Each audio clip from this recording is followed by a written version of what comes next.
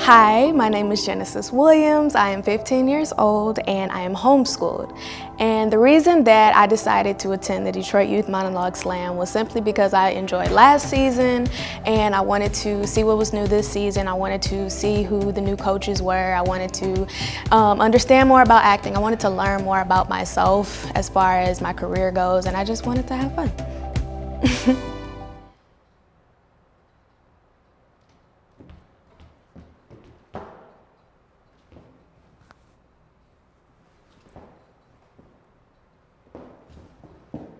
Ask me what time it is. Go ahead, ask me what time it is. Ask me what time it is. Oh, what time is it? You mean on my new watch? I just got it. And I saved up for months, but it's the exact same watch that Beyonce wore. In that one music video at the party where she was dancing and she was with all of those cute guys. Anyway, that one scene in the kitchen and she went to the refrigerator and she pulled out the veggie platter, and she is so vegan. She is so vegan, and so am I. So am I. I hate meats. I hate them. But anyways, if you look very closely, she had on the exact same watch. And she also wore it again on the music awards where she was singing about the dolphins and the fish, oh, and the whales. This watch is an original. Yeah, only Beyonce and I have this watch. The fake ones don't have the initials on the stem like this one does. So, ask me what time it is. It's 3:30. It's 3:30. What do you mean? It can't be. My watch says 3:30.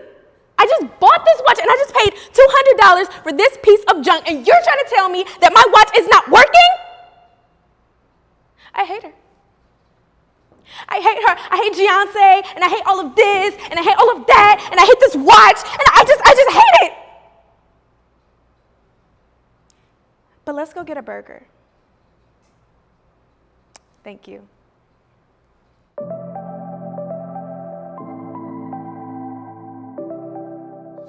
I think the most challenging part of this competition is honestly just being able to step outside of my comfort zone. That was my challenge last time, and I've gotten a lot further since then, but I feel like I could still go even further, so I want to do that. What inspires me to be an actor?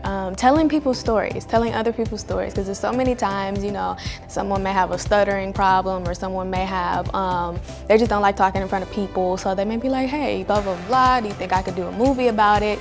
And, being able to embody that character and put so much emotion behind it and be able to move other people is just really incredible to me.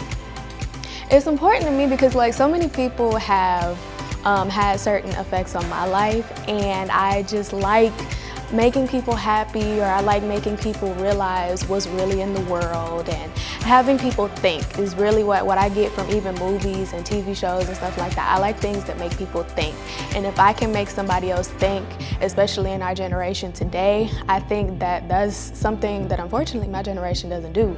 All we do is sit on social media, and all we do is worry about, okay, let me buy this dress, or for guys, let me buy this new pair of Jordans, all that stuff, and we don't really focus on what really matters in life. And if you go and see a really good movie and you're like, okay, wait a minute, that really happens. Okay, well, what do I do in that situation? It makes you think. It makes you realize what's in the world.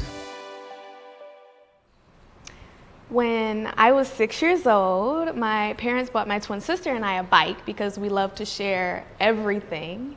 And we would take turns riding it to school and back. But Clarissa was so much better on the bike than I was. I mean, she could ride standing up, she could ride no hands. And one day it was my turn to ride the bike, and I was so determined to show Clarissa I could be better on the bike than she was. So I hopped on and I started pedaling, and I was going faster and faster, and she had to run extremely fast just to keep up with me. And I let go of the handlebars, but I felt like I was flying. And I wanted to see myself, so I looked in the window and I caught my reflection, but then I don't know what happened. I swerved onto the street and there was this huge truck coming right after me, and Clarissa came up from behind and she pushed me and I flew over the handlebars, but the last thing I remember was this horrible thunk. And I woke up in a hospital. And I looked over to my mother, who was sobbing, and I remember asking her, "What happened to Clarissa?" And she said, "Well, she didn't, she wouldn't even look at me." And no one ever said anything, but I knew what they were thinking, that I killed her. And they never, ever told me that they loved me ever again. Thank you.